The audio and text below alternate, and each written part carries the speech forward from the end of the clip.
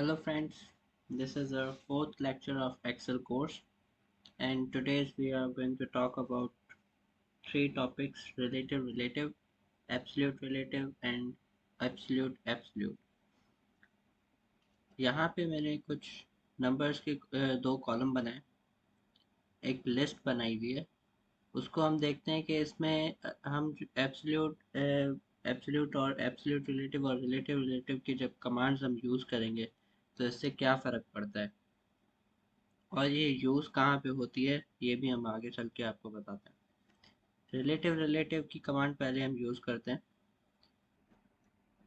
Relative की command हमें देखने के लिए हम इन दोनों कॉलम्स को मल्टीप्लाई कराएंगे। मल्टीप्लाई कराने के लिए equal this column multiply by this column. और रिलेटिव की कमांड एक्टिव करने के लिए हमें F4 फंक्शन यूज़ करना होता है। F4 अगर हम ये दो तीन बार प्रेस करेंगे तो यहाँ पे $A1 आ जाएगा जो कि रिलेटिव की कमांड है। इसको हम एंटर कर देंगे तो यहाँ पे ये दोनों आपस में मल्टीप्लाई हो जाएंगे। सवाल ये है कि यहाँ पे हम मल्टीप्लाई सिंपली भी करा सकते हैं, लेकिन इसका फ़ायदा हमें क्या मिलेगा वो हम देखते हैं। यहाँ पे हम पूरी लिस्ट देखते हैं कि ये दोनों आपस में मल्टीप्लाई हो चुके हैं। जैसे इसको F2 की कमांड अगर हम यूज़ करके देखते हैं तो ये दोनों आपस में मल्टीप्लाई हो गए, ये दोनों आपस में मल्टीप्लाई हो गए। तो हम इनको सिंपली भी मल्टीप्लाई कर सकते थे, लेकिन रिलेटिव की कमांड यूज़ करने से हमें फ़ायदा ये होता है कि जब हम राइट साइड पे ड्रैग करेंगे तो ए जो कॉलम है वो लॉक हो जाएगा और बाकी राइट वाले मल्टीप्लाई होते जाएंगे। जैसे हम डी में देखते हैं F2, तो ये 10 जो है ये इसका इन दोनों का आंसर था और ये अब मल्टीप्लाई हो गया ए कॉलम से। अगर हम इसको देखते हैं F2, तो ये हो गया ए के कॉलम से। इसी तरह बाकियों को भी हम चेक करेंगे तो ये ए कॉलम से ही मल्टीप्लाई हो ही होंगे। देखिए, हमें ये फ़ायदा होता है रिलेटिव की कमांड से। अब जो दूसरा हमारे पास है वो है एब्सोल्यूट रिलेटिव। एब्सोल्यूट रिलेटिव करने के लिए हम इसको रिमूव कर देते हैं। यहाँ पे हम दोबारा मल्टीप्लाई कर देते हैं, this multiply by this.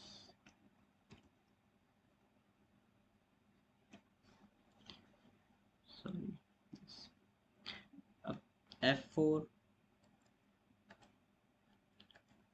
F4 हमने दो बार प्रेस किया तो यहाँ पे हमारे पास एब्सोल्यूट रिलेटिव आ गया। अब एब्सोल्यूट रिलेटिव के साथ क्या होता है ये हम देखते हैं।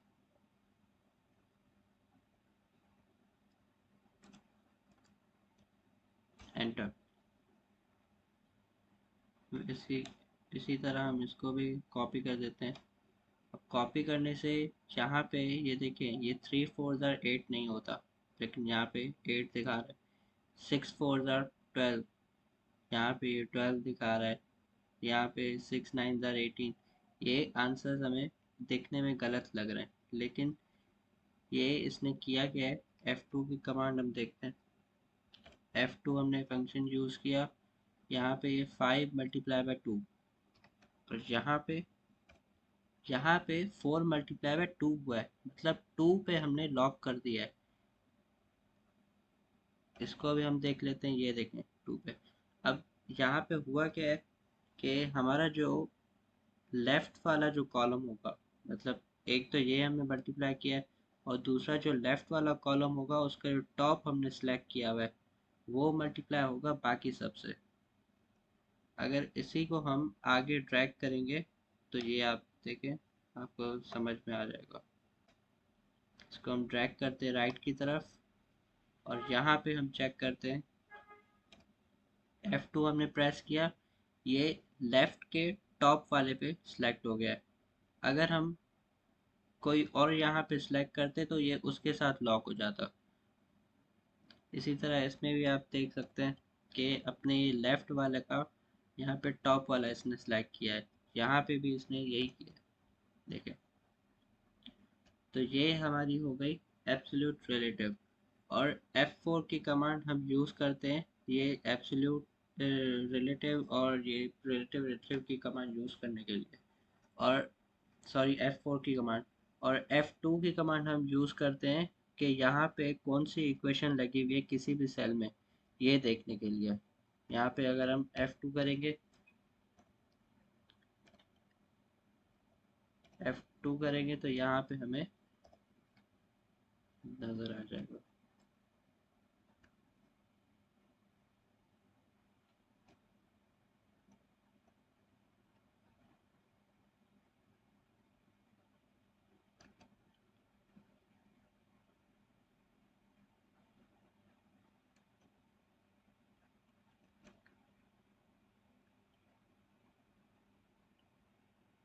अच्छा, अब हम करने जा रहे हैं एब्सोल्यूट एब्सोल्यूट कैसे कर यूज़ करते हैं। एब्सोल्यूट एब्सोल्यूट यूज़ करने के लिए हम इन दोनों को दोबारा मल्टीप्लाई में कर देते हैं। ये मल्टीप्लाई हो गया A1 से। अब इसमें हम लगा देते हैं फंक्शन F4। ये हो गई हमारी एब्सोल्यूट एब्सोल्यूट की कमांड। एंटर कर देंगे, यहाँ पे कॉपी कर देते हैं। कॉपी करने से यहाँ पे तो हम देख रहे हैं कि ये वापस से वही जो पिछली हमें सीरीज मिली थी वही लिखी हुई आ रही है। देखते हैं इसमें क्या हुआ है। F2 ये इससे वही काम कर रहा है जो पिछला वाला कर रहा था, लेकिन इसमें थोड़ा डिफरेंस है, वो हम देखते हैं। यहाँ पे अगर हम राइट की तरफ इसको ड्रैग करेंगे तो हमें डिफरेंस नज़र आएगा। इसको अगर आप चेक करते हैं F2 लगा के, तो ये A1 से मल्टीप्लाई हो गया जो हमने सेलेक्ट किया था। और ये वाला अगर हम चेक करते हैं,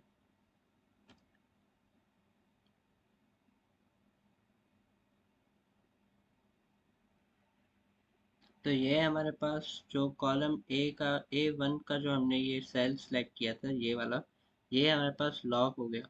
जो हम पहले कमांड यूज़ कर रहे थे उसमें क्या हो रहा था कि अपने लेफ़्ट वाला टॉप उठा देता था। कि जैसे अगर इन दोनों को अगर हम मल्टीप्लाई कर रहे हैं, सॉरी, इन दोनों को अगर हम मल्टीप्लाई कर रहे हैं तो 5 को उठा देता था। अगर हम 16 और 18 को मल्टीप्लाई कर रहे हैं तो ये 16 को मल्टीप्लाई करता था 10 से। तो अभी क्या कर रहा है, अभी अगर हम यहाँ पे ये देखते हैं F2, तो ये 2 से ही मल्टीप्लाई करेगा पूरी टेबल में जितने भी एंटिटीज होंगी हमारी। अच्छा, यही काम हम जो है कॉलम्स में तो हमने कर लिया, हम रोज में करके देखते हैं। तो रोज के लिए हम पहले इन दोनों सॉरी इन दोनों को हम सिलेक्ट कर देते हैं, कॉपी एंड पेस्ट। यहाँ पे हमने पेस्ट कर दिया, equal this multiply by this. और इसको F4 की फंक्शन से हम यूज़ कर देते हैं एब्सोल्यूट के एक्स। इससे हमें क्या फ़र्क पड़ता है, हमें ये 2 5 ज़ा 10 और बाकियों में अगर हम देखें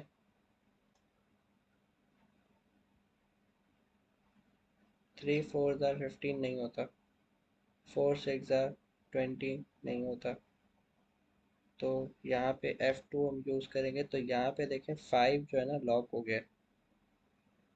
और यहाँ पे हम F2 देखें, यहाँ पे 5 लॉक हो गया, F2 5 लॉक हो गया। तो यही काम अगर हम आगे के लिए करते हैं, यहाँ पे देखें F2, यहाँ पे 10 लॉक हो गया।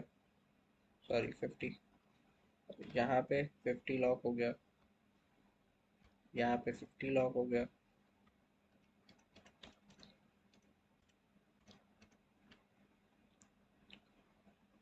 यहाँ पे दोबारा हम ये करके देखते हैं, 2 मल्टीप्लाई बाय ये इससे, और हम अब यूज़ करते हैं ये F4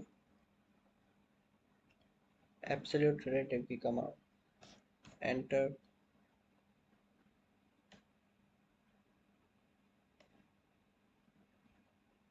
3 4 12, 4 6 24, ये तो चलें सही हो गया। आगे देखते हैं ड्रैग करके, अगर हम इसको ड्रैग करते हैं तो हमें सही से पता चलेगा F2। अब यहाँ पे ये आगे आता जाएगा, जैसे जैसे हम, अगर हम इसको देखते हैं तो ये देखें यहाँ पे 4, यहाँ पे ये 6।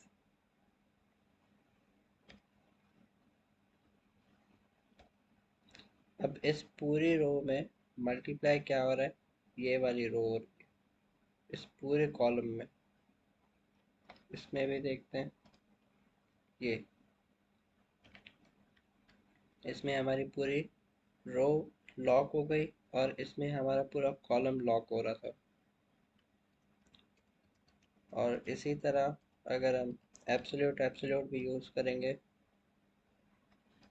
Equal this multiply this with absolute sorry this, enter।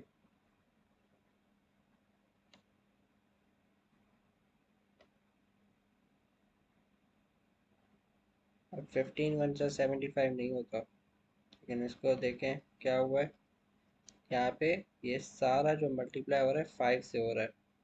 और इसी को ही अगर हम ड्रैग करके देखें,